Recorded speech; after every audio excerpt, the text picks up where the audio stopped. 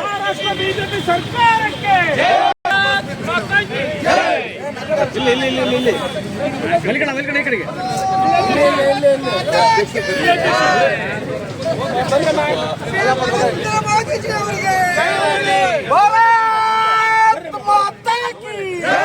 ಭಾರತೀಯ ಜನತಾ ಪಕ್ಷಕ್ಕೆ, ಮಹಾರಾಷ್ಟ್ರ ಭಾರತೀಯ ಜನತಾ ಪಕ್ಷಕ್ಕೆ, ನರೇಂದ್ರ ಮೋದಿಜಿ ಅವರಿಗೆ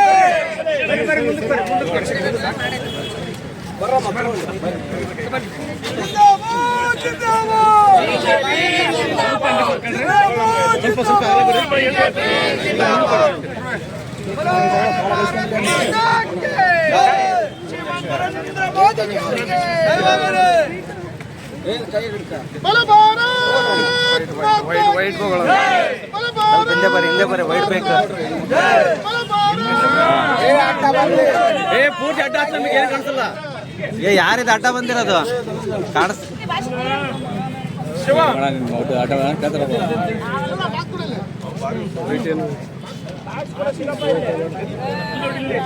ಕಾಣಿಸಲ್ಲ, ಯಾರು ಕಾಣಿಸಲ್ಲ.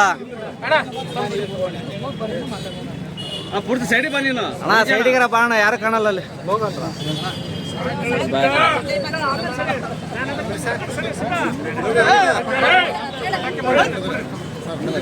ಮಹಾರಾಷ್ಟ್ರ ಬೂತ್ ಮಟ್ಟದ ಕಾರ್ಯಕರ್ತ ಬಂಧುಗಳಿಗೆ, ಮಹಾರಾಷ್ಟ್ರ ಬೂತ್ ಮಟ್ಟದ ಕಾರ್ಯಕರ್ತ ಬಂಧುಗಳಿಗೆ ಭಾರತ್ ಮಾತಾ ಕೀ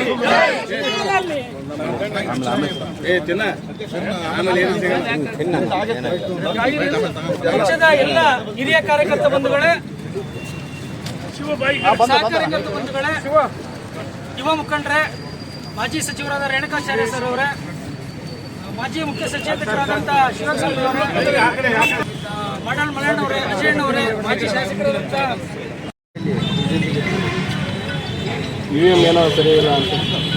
ಮಹಾರಾಷ್ಟ್ರದ ಮುಂಬೈ ಮಹಾನಗರ ಪಾಲಿಕೆ ಈ ದೇಶದಲ್ಲಿ ಅತ್ಯಂತ ಶ್ರೀಮಂತ ನಗರ ಪಾಲಿಕೆ, ಅಂದರೆ ಹೆಚ್ಚು ಆದಾಯ ಇರ್ತಕ್ಕಂಥ 227 ಸ್ಥಾನಗಳಲ್ಲಿ ಭಾರತೀಯ ಜನತಾ ಪಾರ್ಟಿ ಏಕನಾಥ್ ಶಿಂದೆ 130 ಸ್ಥಾನಗಳನ್ನು ಗಳಿಸಿ ಅತ್ಯಂತ ಸ್ಪಷ್ಟ ಬಹುಮತದೊಂದಿಗೆ ಭಾರತೀಯ ಜನತಾ ಪಾರ್ಟಿ ಏನು ಶಿವಸೇನಾ ಅವರ ಅಂಡರ್ ಕಂಟ್ರೋಲ್ನಲ್ಲಿತ್ತು ಮಹಾನಗರ ಪಾಲಿಕೆ, ಮಹಾರಾಷ್ಟ್ರ ಪ್ರಜ್ಞಾವಂತ ಮತದಾರರು, ಅದರಲ್ಲೂ ವಿಶೇಷವಾಗಿ ಮುಂಬೈ ಪ್ರಜ್ಞಾವಂತ ಮತದಾರರು ಭಾರತೀಯ ಜನತಾ ಪಾರ್ಟಿಗೆ ಸ್ಪಷ್ಟ ಬಹುಮತವನ್ನು ಕೊಟ್ಟಂಥ ಮಹಾರಾಷ್ಟ್ರದ ಮುಂಬೈನ ಪ್ರಜ್ಞಾವಂತ ಮತದಾರರಿಗೆ ನಾನು ವಿಶೇಷವಾದ ಧನ್ಯವಾದ. ಇದಕ್ಕೆ ಕಾರಣ ನಮ್ಮೆಲ್ಲರ ಅಚ್ಚುಮೆಚ್ಚಿನ ಪ್ರಧಾನಮಂತ್ರಿಗಳಾದ ನರೇಂದ್ರ ಮೋದಿಜಿಯವರು ಮತ್ತು ಮಹಾರಾಷ್ಟ್ರದ ಮುಖ್ಯಮಂತ್ರಿ ನಮ್ಮ ಇವರು ದೇವೇಂದ್ರ ಫಡ್ನವೀಸ್ ಇರ್ಬೋದು, ಉಪಮುಖ್ಯಮಂತ್ರಿ ಏಕನಾಥ್ ಶಿಂದೆ ಇರ್ಬೋದು, 130 ಸ್ಥಾನಗಳಿದೆ. ಕಾಂಗ್ರೆಸ್ ಕೇವಲ 13 ಸ್ಥಾನಗಳಲ್ಲಿ ತೃಪ್ತಿಗೊಂಡಿದೆ.